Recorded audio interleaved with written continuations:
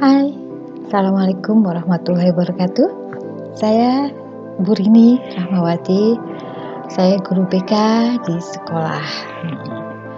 Saya hari ini alhamdulillah bisa ketemu sama kalian walaupun dalam bentuk video.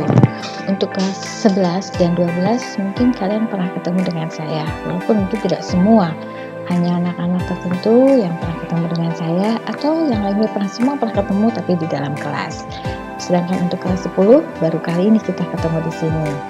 Nah, saya ingin bicara tentang fungsi dan peran bimbingan konseling di sekolah. Ketika SMP kalian pasti pernah ketemu dengan yang namanya guru BK. Mungkin kalian tahu apa itu guru BK. Dulu ketika zaman saya masih SMA, guru BK itu adalah guru yang sangat menakutkan. Jadi ketika waktu zaman saya SMP itu guru BK-nya namanya Ibu Sim, galak banget. Jadi kalau misalnya ada anak dicari, kamu dicari Ibu Sim, mereka semua langsung takut, langsung panik gitu kan. Kenapa? Karena dulu guru BK itu identik dengan polisi sekolah. Jadi kerjanya memarahi dan memberikan sanksi. Apakah guru BK seperti itu? Kelihatannya sekarang sudah mulai bergeser, sudah mulai banyak yang tahu bahwa guru BK tidak seperti itu, bahwa guru BK itu bukan polisi sekolah. Terus apa sih gitu kan? Buat apa sih ada guru BK di sekolah? Ngapain aja sih guru BK di sekolah? Terus pentingnya apa sih guru BK itu di sekolah gitu kan? Ya, mungkin nanti kita bahas satu persatu. Oke. Bimbingan dan konseling itu berasal dari dua kata, yaitu bimbingan dan konseling. Apa sih bimbingan? Bimbingan adalah bantuan yang diberikan kepada individu atau kelompok. Jadi bisa diberikan kepada seseorang, satu orang saja, atau diberikan kepada 3, 4, 5, atau bahkan satu kelas. Agar siswa dapat apa? Dapat mandiri. Lewat apa? Lewat bahan-bahan pembelajaran, atau lewat interaksi, atau lewat nasihat, atau lewat gagasan, alat, dan asuhan yang didasarkan atas norma dan nilai-nilai yang berlaku. Jadi, titik tekannya adalah guru BK ini mengajak murid untuk hidup belajar menjadi manusia yang mandiri dan bertanggung jawab sesuai dengan norma yang berlaku. Jadi titik tekannya kita bicara norma, aturan. Jadi kalau misalnya kita mungkin ada rewel, guru BK itu berisik gitu kerjanya, itu bajunya masukkan, kamu kenapa terlambat, kamu tugasnya mana, kamu kenapa begini, kamu kenapa gitu, itu kata-katanya di ini kan seperti itu. Kenapa? Karena itu sesuai dengan norma. Jadi kalau misalnya norma-normanya tidak diterima oleh masyarakat, itu guru BK coba ingin membantu mengurangi untuk kebiasaan-kebiasaan itu. Makanya kalau misalnya orang bilang kancing coplok, itu rasanya gatal gitu, karena kita nggak biasa. Kita harus membantu mereka untuk tidak mengatakan kalimat-kalimat itu. Atau ada anak yang bajunya dikeluarkan gitu kan, ya walaupun tidak dihukum tapi kita akan memberikan bantuan. Sedangkan konseling adalah memberikan pemahaman tentang konsep diri. Jadi setiap orang itu punya konsep diri, tapi orang lain juga punya konsep diri, punya konsep hidup juga orang lain.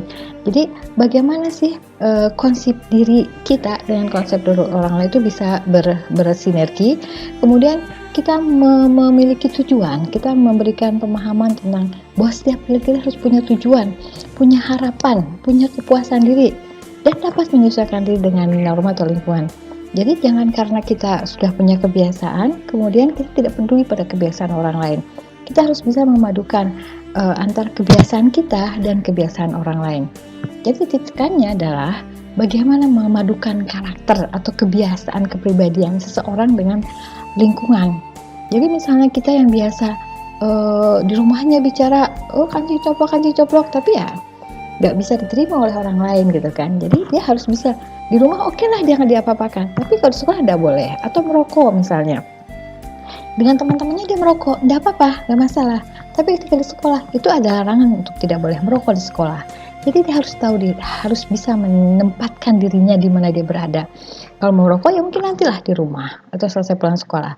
Di sekolah nggak usah deh sembunyi-sembunyi merokok, misalnya di kamar mandi atau di kantin atau di gang-gang kecil seputar sekolah. Kenapa? Itu tidak sesuai dengan aturan dan norma yang berlaku. Guru BK memanggil tapi tidak memberikan hukuman, hanya memberikan pemahaman bagaimana caranya dia bisa beradaptasi dengan kebiasaan di sekolah. Nah, jadi bimbingan konseling itu adalah sebuah proses antara siapa? Ada proses komunikasi antara pembimbing atau konselor dengan yang dibimbing atau konseling. Dalam hal ini, guru BK adalah konselor dan anak adalah konseli. Kalau mahasiswa, konselornya pasti dosen, sedangkan konselnya adalah mahasiswa. Kalau misalnya di biro-biro psikologi, psikolog adalah konselor, sedangkan yang datang ke biro adalah konseli. Jadi ada proses di situ, ada proses pemahaman bagaimana bisa menjadi manusia yang mandiri, tidak tergantung kepada orang lain, tapi juga bisa menyesuaikan diri dengan lingkungan di mana dia berada. Jadi bimbingan konseling itu proses, bukan pemberian hukuman, tapi komunikasi yang intensif yang diberikan antara konselor dan konseli. Apa sih perannya pendidikan konseling itu? Konseling ini berperan untuk membantu mencerdaskan seseorang agar memiliki pengetahuan dan keterampilan. Jadi satu, pengetahuan dan keterampilan. Ini berkaitan dengan IQ. Kemudian kepribadian yang mantap. Ini masalah psikologis. Jadi orang dengan IQ tinggi tapi pribadinya labil, mungkin dia akan mengalami kesulitan dalam belajar. Jadi bagaimana dia memiliki IQ tinggi tapi juga memiliki kepribadian yang mantap sehingga tidak labil, dan juga dia bisa mandiri gitu kan. Dia punya pengetahuan, dia punya kepribadian yang mantap, dan dia bisa mandiri. Dia tidak harus ditolong terus sama orang lain. Dia tidak harus untuk bangun aja dibangunkan. Ayo deh, sekarang sudah siang, waktunya sekolah. Tidak seperti itu. Dia sudah tahu jam berapa dia sekolah, jam berapa dia harus bangun, jam berapa dia harus berangkat, dan jam berapa dia harus stay di sekolah. Artinya dia sudah mandiri. Tapi kalau masih selalu diingatkan, ayo deh bangun, atau ayo kamu cepat berangkat, atau di depan gerbang ditanya sama guru piket, kamu kenapa terlambat? Artinya dia belum bisa mandiri, dia belum bisa menyesuaikan diri dengan lingkungan. Nah, jadi kalau misalnya anak-anak seperti ini dipanggil, bukan untuk dihukum oleh BK. Kalau misalnya kesiswaan mungkin ya, tapi kalau di BK itu kita diberikan pengarahan. Agar apa? Agar anak bisa bertanggung jawab dengan hidupnya sendiri gitu kan. Dia tidak menyerahkan tanggung jawabnya kepada orang lain. Dia tidak, kamu kenapa terlambat? Habis ibuku nggak ngebangunin gitu kan. Itu artinya apa? Dia menyerahkan tanggung jawab hidupnya kepada orang lain, dan itu tidak boleh gitu kan. Apalagi sudah remaja, sudah SMA. Kalau masih SD mungkin dia enggak apa-apa ya, masih dibangunkan, masih dibantu siapkan bukunya, siapkan segalanya. Itu SD enggak apa-apa, tapi kalau sudah SMA enggak bisa seperti itu. SMA harus sudah bisa mandiri. Kalau SD mandirinya lain lagi, misalnya dia beli baju sendiri gitu. Tapi kalau sudah SMA, dia pergi ke sekolah sendiri tanpa harus harus dibantu oleh orang lain. Baik, kita lanjutkan lagi dengan peran dan fungsi guru BK. Kita bahas satu persatu ya. Sementara ini hanya ada 10 dulu, mungkin lebih sih sebenarnya, tapi saya dapatkan ada 10 dulu. Jadi pertama, perannya adalah melakukan konseling kepada anak yang memiliki masalah dan potensi belajar. Siapa sih yang memiliki masalah dan potensi belajar? Biasanya adalah mereka dengan anak-anak yang IQ tinggi, misalnya IQ-nya 130, tapi prestasinya rendah sekali gitu kan. Ini pasti ada apa-apanya dengan dia.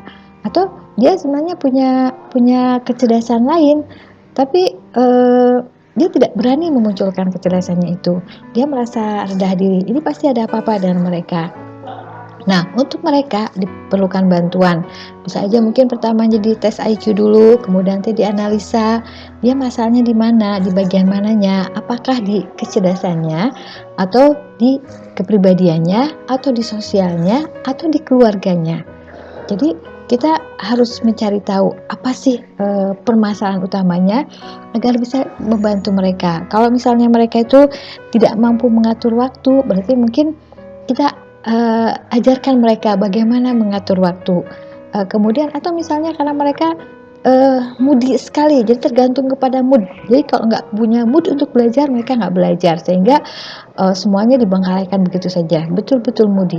Atau misalnya dia punya gangguan emosional, jadi ketika dia misalnya ada masalah sedikit, semuanya langsung hilang, langsung buyar, dia tidak mau belajar sama sekali. Anak-anak seperti ini juga memerlukan bantuan. Jadi kita membantu agar anak itu bisa optimal, agar dia bisa menjadi menunjukkan jati dirinya, menunjukkan kemampuannya semaksimal mungkin. Nah, kemudian yang lainnya adalah membantu anak-anak atau murid dalam memecahkan masalah sekolah yang sedang dihadapi. Nah, di sekolah itu permasalahannya bukan hanya tentang pelajaran saja.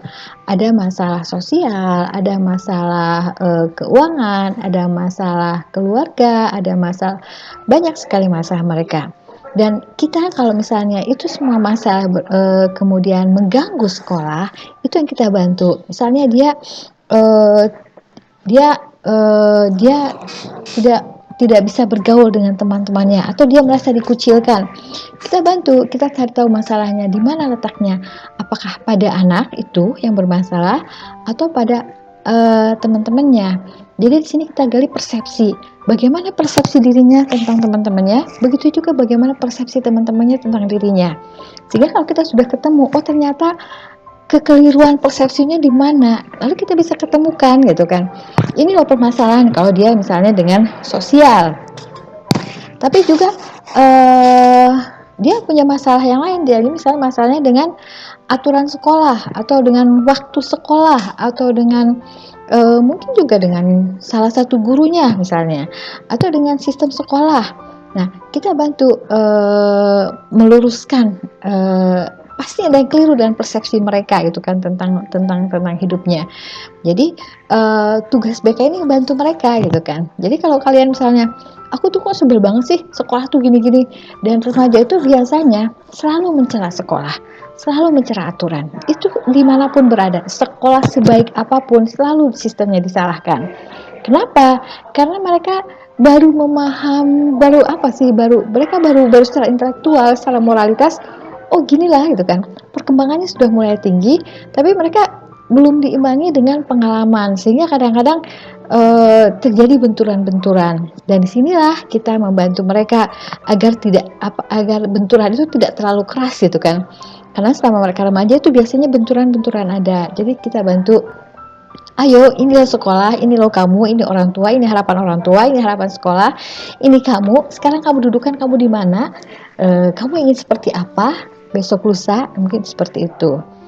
Itu untuk anak dalam memecahkan permasalahan sekolah yang sedang dihadapi. Jadi bermasalah dengan sekolah gitu kan, atau dengan tugas-tugas, banyak sekali tugas, banyak sekali PR, dia bisa dikeluhkan. Kenapa? Karena mereka wasting time. Mereka tuh kadang-kadang menunda-nunda pekerjaan, dan nanti ketika mepet waktunya, itu semua tugas serasa serentak. Padahal yang satu sih sudah dikasih waktu sebulan yang lalu. Nanti guru bilang, aku sudah ngasih waktu sebulan yang lalu. Guru lain, aku juga sudah ngasih waktu 2 minggu yang lalu. Aku sudah, seperti itu.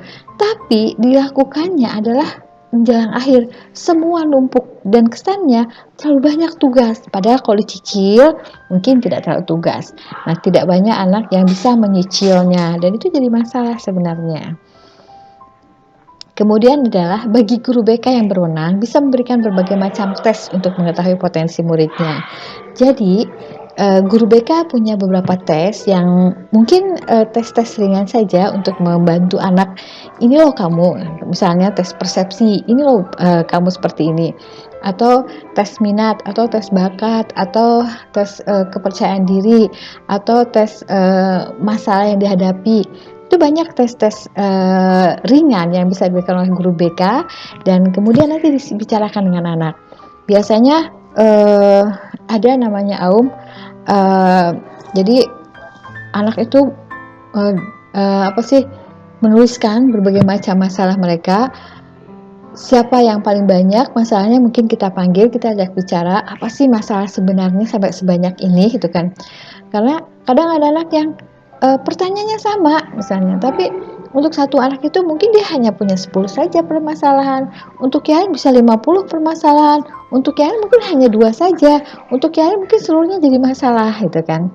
Nah, untuk yang tidak menjadi masalah juga kita bertanya, kok kenapa nggak punya masalah sama sekali? Apakah dia memang tidak peduli atau memang dia tidak merasa semuanya fine-fine aja, itu bisa diselesaikan. Kalau yang misalnya terlalu banyak, apakah dia terlalu sensitif? Apakah dia terlalu mempermasalahkan? Ataukah dia terlalu rigid? Ataukah artinya dia terlalu kaku? Ataukah dia terlalu baper gitu kan? Sehingga semuanya jadi masalah. Dan ini kita kasih tahu, kalau misalnya lebih tinggi lagi ke psikolog, itu bisa ada tes-tes kecemasan, untuk melihat tes IQ misalnya. Untuk guru BK mungkin nggak bisa, tapi untuk psikolog tes IQ bisa. Dan biasanya kalau guru BK tidak bisa melakukan, itu ada referral yang diberikan disampaikan kepada psikolog. Jadi atau misalnya ada anak-anak yang berkebutuhan khusus yang punya masalah sangat besar dan kepribadiannya yang tidak mungkin ditangani oleh BK, itu juga bisa diberikan kepada psikolog, dikasih surat referral. Untuk apa? Agar sekolah mengetahui bahwa anak ini sedang bermasalah, sedang ditangani oleh psikolog. Jadi kalau misalnya dia rada-rada aneh, dia rada-rada kesulitannya sangat besar, diharapkan semua guru paham bahwa dia itu mohon sementara waktu dimaklumi sampai pengobatan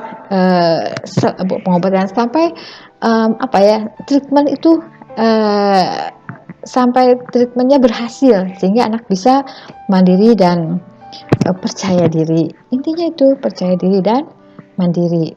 Kalau dia nggak percaya diri, ya mungkin dia baperan seperti itu. Kemudian tugas lainnya adalah, fungsi lainnya adalah, peran lainnya adalah sama aja. Jadi guru BK juga menjadi mediator antara pihak sekolah dengan orang tua atau wali murid, terutama ketika anak mengalami masalah di sekolah. Jadi ketika anak misalnya dia lemes terus di sekolah gitu kan, bawaannya ngantuk, mungkin kita bisa bicarakan dengan orang tuanya, jam berapa dia tidur atau apa saja yang dilakukan di rumah. Boleh jadi misalnya orang tuanya punya pekerjaan yang harus dilakukan sampai larut malam dan si anak bantu, sehingga tidurnya terganggu. Atau misalnya di rumah pagi-pagi belum ada sarapan, sehingga anak pergi ke sekolah tanpa sarapan dan akhirnya dia kelaparan di sekolah gitu kan. Itu juga bisa bisa disampaikan kepada orang tua. Kita bisa atau anak sering hilang, sering tidak sekolah gitu kan, kita bisa bicara dengan orang tua. Karena itu biasanya untuk anak-anak yang sering tidak sekolah, kita lakukan home visit. Home visit itu sama siapa? Antara wali kelas dengan guru BK. Untuk apa? Untuk mengetahui duduk permasalahannya, untuk melihat ininya gitu kan, untuk melihat oh anak ini seperti apa sih, kenapa sih, bagaimana sih gitu kan, apa yang harus kita tolong, apa harus kita berikan gitu kan, apa kita mau abaikan atau kita maklumi.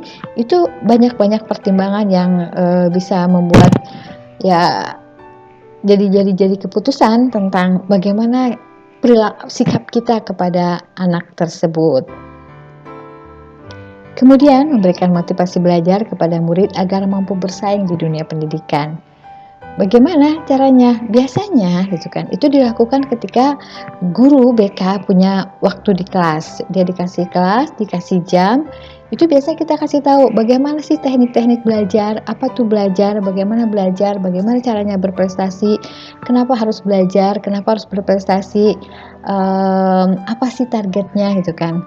Di sini kita memberikan motivasi. Jadi kalau misalnya ya bisa juga sih individu, bisa per kelas. Kalau individu misalnya kita lihat ada anak yang biasanya sih anak yang cerdas sekali tapi kemudian tidak memenuhi potensinya, itu yang kita arahkan. Tapi kalau misalnya secara IQ dia sudah lower misalnya, kita hanya kasih support aja bahwa dia harus mencari yang lain yang bisa membantu dia lebih percaya diri. Misalnya anak dengan IQ hanya 80 misalnya, kita nggak bisa paksa dia untuk bisa menyelesaikan matematika, bahasa Inggris misalnya, ataupun pelajaran-pelajaran hitungan lain yang berat gitu kan.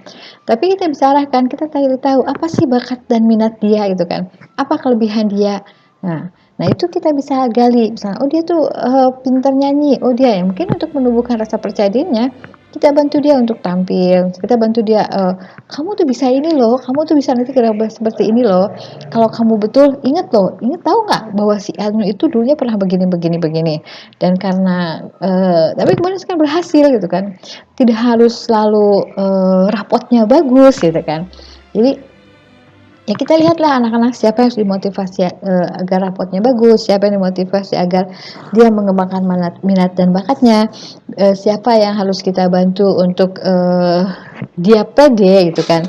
Ada anak-anak yang sebenarnya pintar, tapi kalau dia nggak pede dia akhirnya eh, orang nggak tahu bahwa dia tuh pintar, guru nggak tahu dia tuh pintar. Kenapa? Karena dia nggak pernah mau, ketika ditanya siapa yang bisa, dia nggak pede, dia nggak berani, dia diem aja gitu kan. Tapi nanti ulangannya bagus gitu kan. Nah orang seperti ini juga baiknya di kita tangani juga. Misalnya dia tuh rapot-rapotnya bagus, nilai-nilainya bagus, ulangan selalu bagus.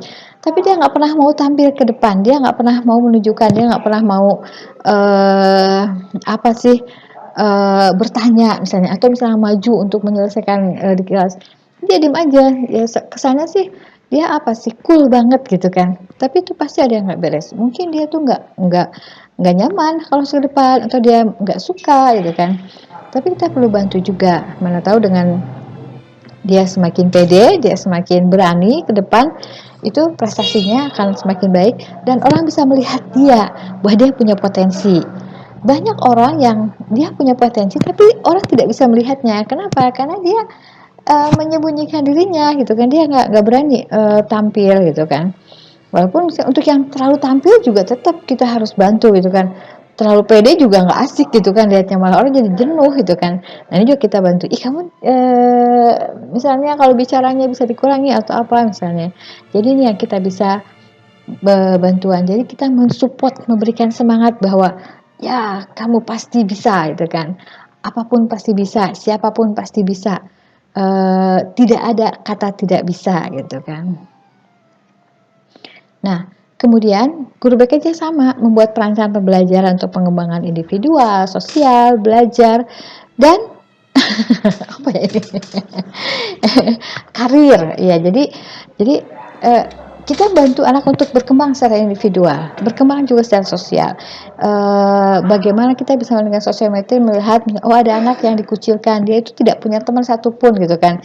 Dia menganggap semua temannya sahabat, tapi tidak temannya yang menganggap dia sahabat gitu kan. Nah ini ada apa gitu kan, kita juga nanti bisa bicara. Atau bisa ada anak dia kemana-mana sendiri, yang lain belajar bersama, dia itu nggak tahu waktu belajar bersama, semua orang tahu ada tugas, dia sendiri nggak tahu ada tugas gitu kan. Kenapa? Karena dia diigdor sama lingkungan sosial. Itu kita bantu juga agar dia bisa diterima gitu kan. Kemudian belajar, bagaimana kita juga membutuhkan perancangan agar anak bisa belajar, dan karir kita juga membuat perancangan apa sih eh, karir yang ingin mereka tempuh di kemudian hari, apakah jadi apa gitu kan. Jadi kalau misalnya jangan sampai misalnya mereka ambil IPS tapi cita-citanya jadi dokter, itu kan aneh. Walaupun mungkin nggak masalah sih, boleh-boleh aja misalnya. Tapi baiknya kita sarankan, kita ingatkan, ini loh kalau dari IPS tuh ini, kemudian kalau dari IPA tuh ini.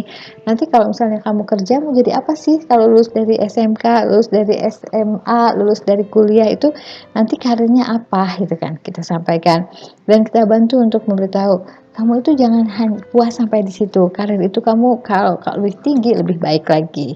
Seperti itulah. Kemudian memberikan materi-materi mengenai pengembangan diri dan pelajaran budi pekerti.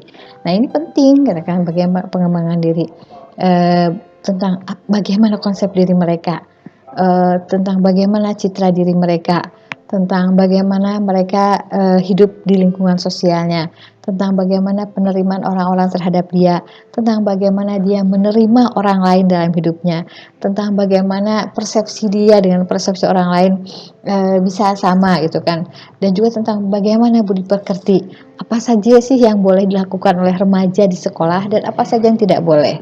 Jadi anak harus sudah tahu pada saat remaja itu, anak harus sudah tahu apa yang boleh dilakukan dan apa yang tidak boleh dilakukan. Kenapa?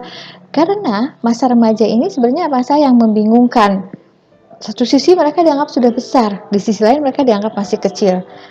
Satu sisi mereka itu bilang, kamu tuh ya udah gede, harusnya begini begini begini.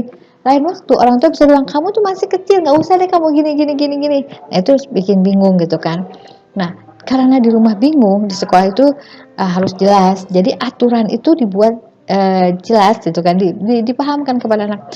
Kamu tuh ya kalau ke sekolah datang tepat waktu, yang standar ya, datang tepat waktu, bajunya dimasukkan, bednya dipasang, kamu rapi, rambutnya disisir, kemudian kamu sudah mandi, kamu tidak berkata-kata kancing colok, kamu datang tepat waktu, kamu mengerjakan tugas-tugas sekolah, kamu sopan dan santun di sekolah gitu kan. Kamu sopan kepada guru dan santun juga kepada guru, kamu sayang kepada teman-teman semuanya, teman-teman seangkatan, kamu juga tidak membuli siapapun, tidak merokok misalnya, apalagi nafsja, kamu tidak bawa narkotik ke sekolah. Standar seperti itu. Jadi kalau kamu misalnya tidak masalah dengan itu, berarti kamu adalah anak-anak yang tidak perlu harus bermasalah dengan sekolah. Jadi nggak ada cerita nanti pas pas kenaikan kelas guru bilang, si anak ini gimana nih, naikin apa enggak gitu kan. Ah dia nggak pernah masuk di kelas saya, ngapain dinaikin, udah biarin aja, cuekin aja. Nah itu nanti terjadi perdebatan-perdebatan seperti itu. Ada yang mempertahankan, ada yang ya udah biarin dia nggak usah naik gitu kan. Atau ada yang enggak kok di saya bagus, dia gini gini gini. Nah berarti dia masalahnya di apa gitu kan. Kalau di saya dia nggak pernah masuk, oh di saya rajin gitu kan. Di saya dia selalu ngantuk, oh di saya selalu mengerjakan tugas gitu kan. Itu juga jadi bahan pertimbangan gitu kan. Oh saya dia mah sopan, kok saya dia nggak sopan sih gitu kan. Itu juga kita harus pahamkan bahwa ya mungkin kita tidak suka sama seseorang, tapi kita tidak perlu menunjukkan sikap rasa tidak suka itu terlalu vulgar. Itu. Kemudian memberikan informasi tentang metode belajar, terutama kepada anak yang memerlukan perhatian khusus. Ada anak-anak khusus yang kalau SD sih ya nampak sekali, misalnya anak-anak dia tidak bisa membaca, dia tidak bisa menulis, dia tidak bisa berhitung gitu kan, dia tidak bisa menyelesaikan tugas-tugasnya dengan baik. Ya mungkin itu kita perlu bantu. Kalau SMA itu biasanya kendalanya di sosial. Kalau di belajar mungkin karena secara umum malas aja sih ya, itu semua anak semuanya itu kalau masalahnya adalah karena rasa malas dan tidak tahu bagaimana caranya belajar. Mungkin dia sistemnya SKS, dia belajar kalau ada ulangan, dia belajar kalau ada tugas, kalau nggak ada begitu. Itu secara umum seperti itu. Tapi kita tetap harus berikan teori bahwa kita ini punya modalitas loh dalam belajar. Kamu harus perhatikan kemampuan modalitas kamu apa. Apakah auditif, apakah visual, apakah kinestetik. Kalau orang auditif itu begini cara belajarnya, orang visual seperti ini belajarnya. Itu kita sampaikan kepada mereka. Walaupun nanti mungkin tidak semua bisa mengikuti semuanya, udah sesuai dengan sistem hormonalnya yang masih meledak-ledak gitu kan, masih sulit mengikuti ya seperti itu. Tapi kita tetap akan memberikan informasi tentang metode-metode belajar ini agar anak bisa optimal belajarnya. Oke, selanjutnya adalah memberikan laporan kepada kepala sekolah tentang kondisi psikologi siswa. Jadi temuan-temuan kita di sekolah itu kita sampaikan kepada kepala sekolah untuk apa? Untuk diketahui.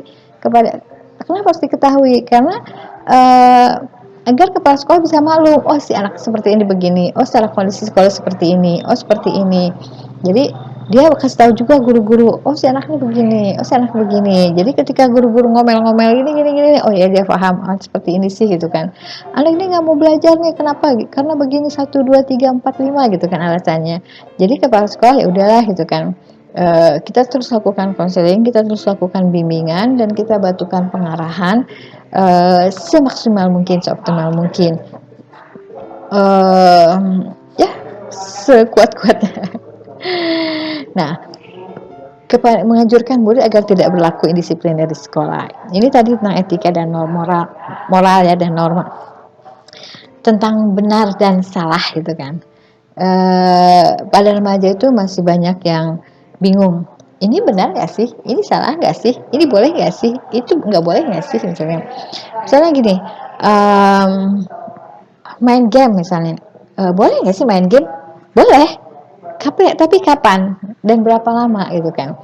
Tidak main game ketika sedang belajar. Kalau tidak belajar ya silahkan main game gitu kan. Karena anak tuh merasa senang, ya sudah saya senang nge-game gitu kan, lebih asik gitu nge-game. Itu anak harus belajar menahan diri, harus tahu bahwa itu nggak bagus gitu kan. Atau dia lapar kemudian makan di kelas gitu kan, apa makan nggak boleh? Boleh, tapi kapan gitu kan.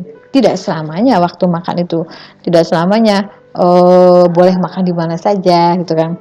Toh dalam tata krama di Islam itu makan harus duduk, harus menggunakan tangan kanan, harus bismillah dulu gitu kan.